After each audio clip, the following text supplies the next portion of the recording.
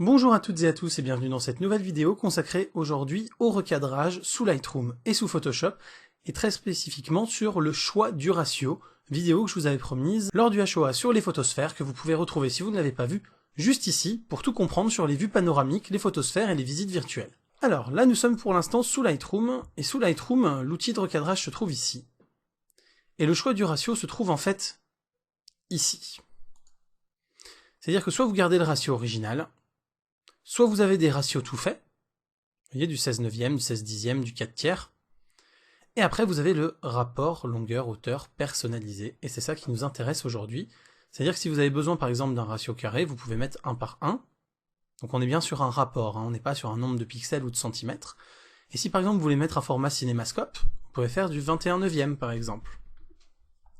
Vous faites OK, et là ça vous donne automatiquement votre ratio, et si vous le verrouillez ici, après vous pouvez bien sûr changer la taille tout en gardant le ratio. Et donc on peut imaginer que si vous voulez faire du cinémascope, vous pouvez par exemple imaginer un recadrage comme celui-là.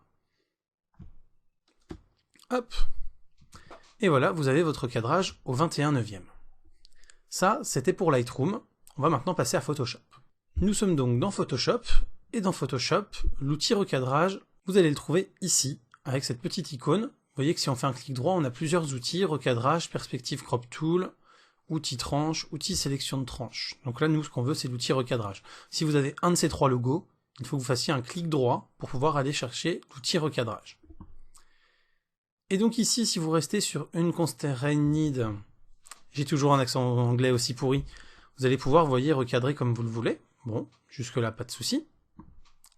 Vous allez pouvoir choisir original ratio, et dans ce cas-là, vous allez rester sur le ratio original. Vous voyez, hein, quand on force, et c'est exactement pareil sur Lightroom, je ne vous l'ai pas montré, on passe du mode portrait au mode paysage, mais tout en conservant le ratio original. Voilà. Et après, donc vous avez des ratios prédéfinis, mais vous avez aussi la possibilité de faire votre propre ratio, et là, vous allez le faire ici. Donc par exemple, 21/9, pour mon fameux cinémascope, hop. Et là, je vais pouvoir, par exemple, donc faire mon cadrage en 21/9. Vous voyez qu'on a des fois des bandes violettes qui apparaissent quand on déborde au niveau recadrage, ça permet de bien se rendre compte qu'on s'est raté, même si la couleur de la photo est proche de la couleur du fond. Et une fois que le recadrage nous plaît, il suffit de faire valider ici, et on a notre recadrage. Voilà donc comment effectuer le choix de votre ratio aussi bien sous Photoshop que sous Lightroom.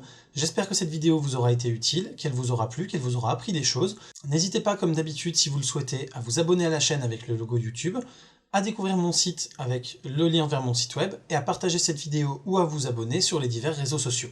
Si vous avez aimé la vidéo, n'hésitez pas non plus à lui mettre un petit pouce vert, ça m'encourage, ça me fait toujours plaisir, c'est super sympa à vous. Voilà, excellente fin de journée, je vous dis à très bientôt pour plein de prochaines vidéos en rapport avec la photo, les technos, l'informatique, tout ça. Salut à tous, bye bye!